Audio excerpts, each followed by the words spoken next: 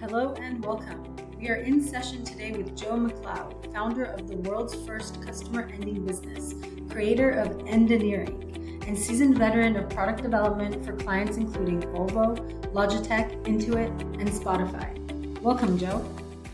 Thanks very much, Nancy. Great to be here. Could you tell us, Joe, what is Endineering? Introduce the audience to the ROI of endings. Sure. So I've framed out a practice around designing consumer offboarding experiences. And in doing that, what we're doing is trying to create the type of experiences and techniques that we use at onboarding, like advertising, marketing, and in usage in terms of crafting, interaction design, stuff like that. And then applying that to the end of the consumer lifecycle. So the end often is very dry, very cold, very emotionless. It's driven by municipal, governmental regulations, and that needs to change. In terms of where that came from, well, actually, that was a very long journey. I'd started this journey way back in about 2014 and started to look into it more deeply.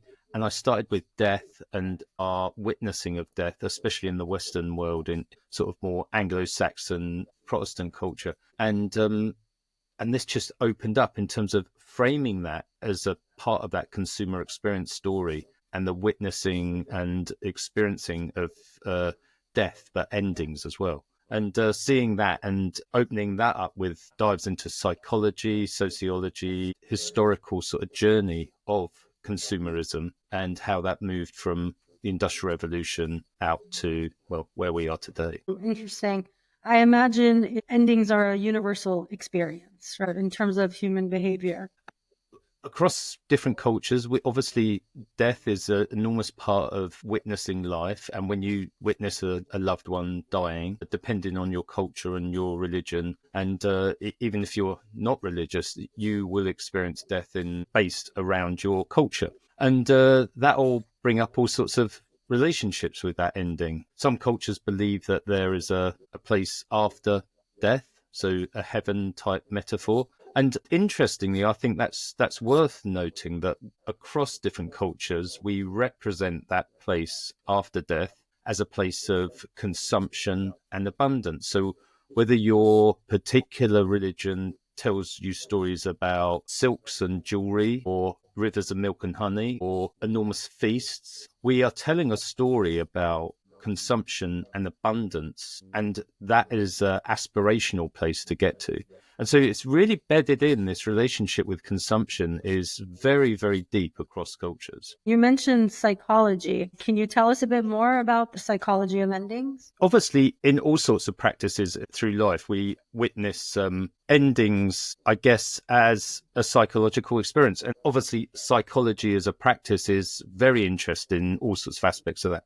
I break them down in the second book, which is called Endineering. In the second book, I break down 6 different psychological techniques that you can start to use in designing for endings. So the first one of those is terror management theory. That is a theory developed by a person called Ernest Becker, and it talks about managing the horror of our own death in a subconscious sense, that we try and beat death by making projects in our lives. And it echoes through all sorts of examples. For one test done by Casser and Sheldon in, I think, about 2000 was they took a load of people, I think about 14 people, divided them into groups of 2 separate groups. One listened to jazz, that was the control group, and the other group thought about their own mortality. And then afterwards, they asked everyone questions about consumer patterns, aspirations about consumption, and their own sort of wealth and self-worth. And the group which was thinking about their own mortality were significantly more aggressive about how much they'd be able to buy, spend, what sort of things they'll own. So stuff like this is really interesting in terms of how deep this relationship with consumption goes. And there's a lot of people have heard of peak end rule by Daniel Kahneman. So that psychological pattern suggests that we lay down memories in 2 moments: a peak, either that's usually a positive or a negative peak, and the end. And many businesses go for positive peaks, obviously, but we forget the end. So we lose like 50% of laying down memory in many business sort of experiences by not creating good endings. And maybe I'll just pick one more about cognitive closure. And what's that about is that humans like to seek out closure in two different ways. We like to do it in an urgency way. It's called the urgency tendency. So you seek closure quickly. And that's the sort of experience you're going for in a consumer sense of trying to get out of the supermarket by using the express tools or the automatic tools. And another version, the other type of closure is the permanence tendency, looking at making a consumer experience which is long and permanent. And that's the sort of thing we have in mortgages, in long-term investments, in pensions. So thinking about the end in all of these 6 ways is really interesting. And it's a great starting point to interrogate your own product. Can you bring us into the business aspect of endings? How does this apply when we talk about the ROI of endings? So many businesses look and put stacks of investment into the onboarding and usage periods of the customer lifecycle. And quite rightly, we've been doing that for many generations, decades, and incredible quantities of money. And you can also add into that like brand expression, all going into attracting and fulfilling the promise of that consumer experience. But when you don't look at the end to try and achieve those same sort of patterns, you end up losing the opportunity space of laying down good memories. Your brand drops off a cliff in terms of looking after that brand equity. So with something like branding, you tend to have actually a very good example is when you put brand expressions down. So like, our company's honest, our company's dynamic, our company's transparent. That's fine at onboarding and usage, but so many businesses fail to even do a tiny aspect of that same expression at the end.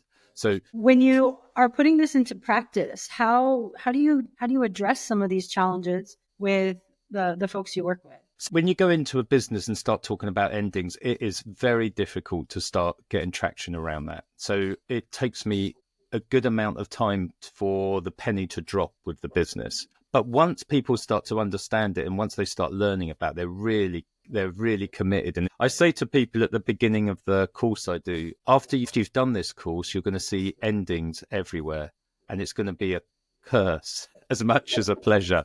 And so you get to a point where you can start to see your product development and your product expression and delivery in such a different way. And then you can start to see all of its failings at the end. And at least though, with the work that I do, I give people the tools and the capability to start building improvement around that. If we were going to start building a product tomorrow, how would you coach us through considering the whole life cycle, including the ending? So the first thing to do, I think, with any business, and you can do this to your current products, not even the new ones, is just go, how does even when you're in one of those product development meetings, it is a paralyzing phrase to say to your colleagues in those meetings. So how does this end? What's the experience of the end that the consumer's going to have? And that will certainly shake people up, and they'll be asking questions about like, what do you mean on this thing? But realistically, we can do this through a number of ways. One of the things that I find in businesses is that we have loads of amazing techniques, vocabulary, and tools around the beginning and usage periods of the consumer life cycle. But we really fail to have that same vocabulary, capability, and presence at the end. We can all sit in our product development meetings and imagine the experience the consumer goes through of marketing, point of purchase, first time use, out of the box experience, et cetera, et cetera. And we're really good at building those. We understand all sorts of aspects of that and the sophisticated and expert knowledge and cross those things. So when I go into a business and then we do, for example, workshops around designing the end, it's incredible how uncomfortable many of us are and the people attending the workshop are just being present at the end. And that isn't to criticize them, because I think one of the problems with this is it's so many generations back that we would have looked at endings in a more sophisticated way. We haven't got the presence just to be comfortable in being there. So A very common thing I get in talking to businesses is that if we make a good ending, that means we'll have a great beginning again, because they're always thinking about the beginning. And that's supernatural. Jump into the beginning of the next cycle. That's sort of to be expected. But what it means is that we can't be present at the end and really think about the empathy. So just keeping people on the end and not letting them run off and imagine another sales cycle is really important. That's probably the biggest hurdle I have, is keeping people present there. And then once they're there, I've got lots of tools and techniques that I've developed to build our vocabulary and our capability of getting insight. So a really simple one is the characteristics of types of ending. So, for example, a timeout ending is after a 2-week holiday, after 2 weeks, your holiday ends. Or a 3-year degree course, after 3 years, that degree course ends. Or the credit out and exhaustion. So that will be a financial responsibility. So that's pay as you go sort of ending. Then you get more sophisticated, complicated ones, like a lingering ending is all of the clothes at the back of your cupboard that you haven't used for 10 years. So the end has really happened to those clothes, but you have not allowed it to complete its cycle. So it's just lingering there. Another one is cultural endings. In fashion, we do incredibly sophisticated readings of cultural nuance. That includes color, shape, and stuff like that. And fashion does that all the time. So you have a seasonal fashion refresh is really a cultural ending where you think that's just out of fashion now, and this is in fashion. And those are some of the things that I do in the workshops where we talk about these type of things. We can also look at the issue around certification or legislation, the amount of money that businesses put into those sort of investigations often never materializes into a consumer experience. So businesses, on average, there was some work done recently about how much money businesses are spending, between 280 and 480,000 on environmental social governance to get certification out of that, and that's running after about 450 ESG certifications around the world. And these type of things, although very worthwhile because we need to improve the circularity or environmental governance, what they tend to get represented as for the consumer is a symbol on some packaging. And that just doesn't wash for the consumer. Consumers are so baffled about so much of the jargon that we use in industry, and that the way that we represent some of that in packaging, like with little circles with arrows on. A good example for many is I think called the We Directive symbol, and that's for an EU target for electronic waste. And what it looks like to the consumer is a wheelie bin with a cross through it. Essentially, it says, don't throw it in the bin.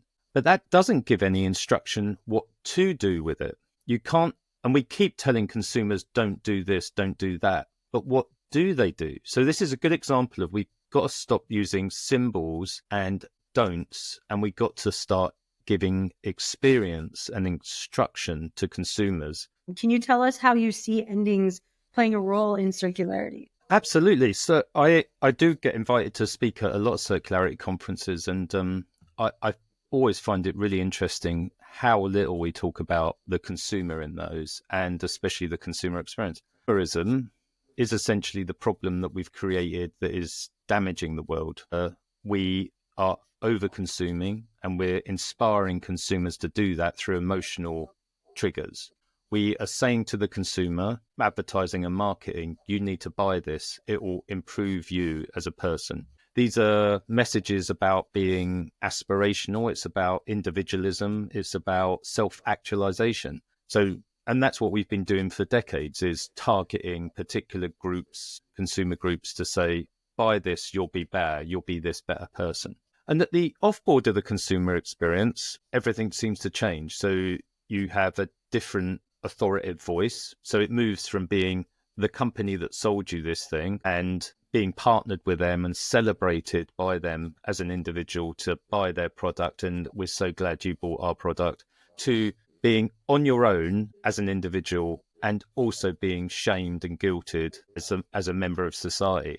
So you become, at that point, it needs to move to an altruistic behavior. That's what we expect out of individuals. So at one end, we're talking about individualism, self-actualization, and at the other end, we're talking about altruism and looking after society. And these two really don't work well together. They're almost totally opposite in terms of emotional experiences. And that tends to be what we've gone down the path of with environmental policies and circularity, is that now the consumer's got to behave like a member of society and have to look after everyone and be altruistic. And these are expressions which are being asked of an individual to do benefit for society, which is great, but it's not part of that circle of experience the consumer's been on previous to this. And when we don't align those psychological, emotional things, then we have no engagement with the consumer. But if we don't use the same language and we don't use the same techniques and we don't bond the consumer and the provider together to do that, we have a massive problem with that part of the circle, because we'll never get that material back. In a business sense, we've pushed the responsibility onto society, municipal governments and stuff, and an individual as a member of society to take on that responsibility. And this is a problem that we've had for centuries, but I think it's only revealing itself now, where we've, instead of bonding consumer and providers together in the onboarding as they are, we haven't bonded them together at offboarding to take responsibility of the impact.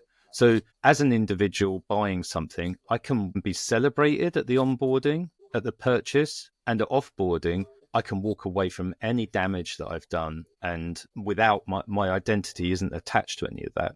So we have a real, I think, a big problem in terms of the burden on society and the burden on the individual. And I think it just doesn't sync up in those ways. I know previously we talked about, yes, the symbols on packaging, but in large part, the greenwashing that we're seeing happening in the industry. How do you see this maybe curbing some of that? I think businesses have a real problem because they're finding it so hard to communicate ESG. And it's not just ESG. I think even benefits in terms of GDPR or CCPA on the data side, that we've created. What tends to happen across businesses is that we create onboarding and usage periods. We're great at communicating benefits there and create a communicating brand presence and business purpose or a brand purpose in those areas. But we have such difficulty in dealing with that at the end. And so what tends to happen is legislation comes in at those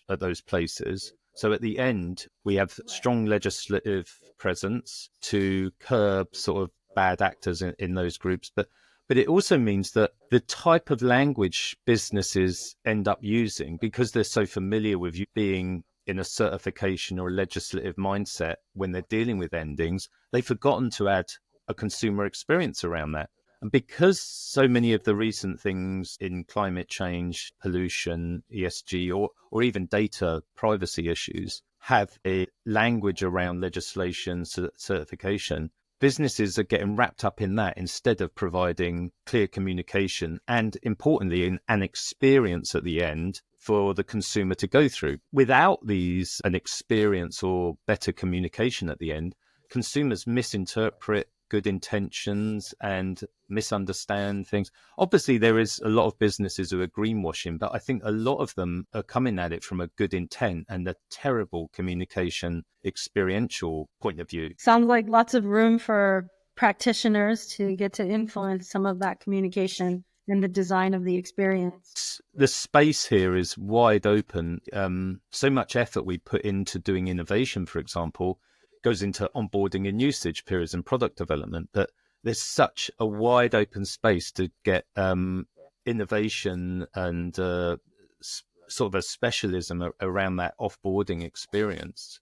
I think it's an amazingly open space to work in. Yeah, innovating the end experience. Exactly. What is an ideal experience? Do you have any examples that you could share to help actualize some of this? Yeah, a good example from fashion, a small business I know of, Rapini Clothing, they put right in their label they get recycled cotton and they do all of the things that you'd expect. But the difference is they've really thought through the ending. So right in the label, there's a QR code and you look at that and go to the website and they will send send a package out for you to put your T-shirt in, and then they've I think they put a voucher into that so you can go into sort of another loop with them. But it's really closed. There isn't them saying, can you please take this to the textile recycling? They don't even have that. It's very much our relationships with you, and this is coming right back to us.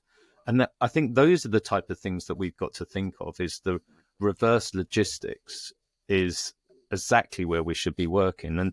And another example for example, Kaya Cars. When they introduced the 7-year warranty into that marketplace, that's a very different offering psychologically than saying 2-year warranty and 7 years. Humans can think for about 5 years and project into the future about 5 years accurately. So 7 years is this void, this death-like void, which is difficult to really imagine through. And so that's where your car's placed. And that's the moment where you're going to come back together. And that's the event, the funeral of the car. And for example, doing that, Kaya Cars, when they did introduce that, doubled their global market share. Their customers are some of the most loyal in the industry.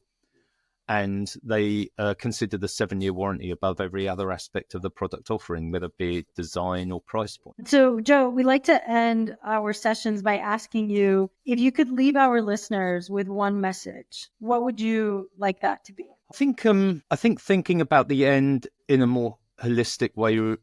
Obviously, I really want you to do this at work and with products of digital, physical, or service sector products, but actually doing it with yourself is really useful as well. At the beginning of this journey, like nearly a decade ago, I created a bucket list. And most people make a bucket list when they're nearly dead or old or have some sort of terminal issue. And I'd done that, and actually it was really useful because it made me think about a bigger picture, and it made me think more holistically about my life. And actually I achieved a load of stuff on the bucket list that I had I didn't capture before, but like once it was on the bucket list, it was really useful. So write a bucket list. Write a bucket list. Absolutely. For yourself, for your business, for your product. Thank you so much, Joe. Is there anywhere folks can find you? For sure. So I've written 2 books about ends. That came out in 2017. So you can get that. That's on Amazon. It's also as an ebook. It's also as an audio book. So you can get that on Audible. The second book, called Endineering, that is also on Amazon. It's also an ebook. Look me up on any of these platforms, Joe Macleod. Go to the website, which is AndEnd, and there you can see all of the different things that I do. I can do talks for universities. I'm happy to do free talks at different places and businesses. I do training for businesses and in public. And I also do consulting for all sorts of product development companies, and become an engineer. And you can do that by looking at the training. Let's take a moment to celebrate the end of this episode. I appreciate all your insight and expertise. Thank you very much.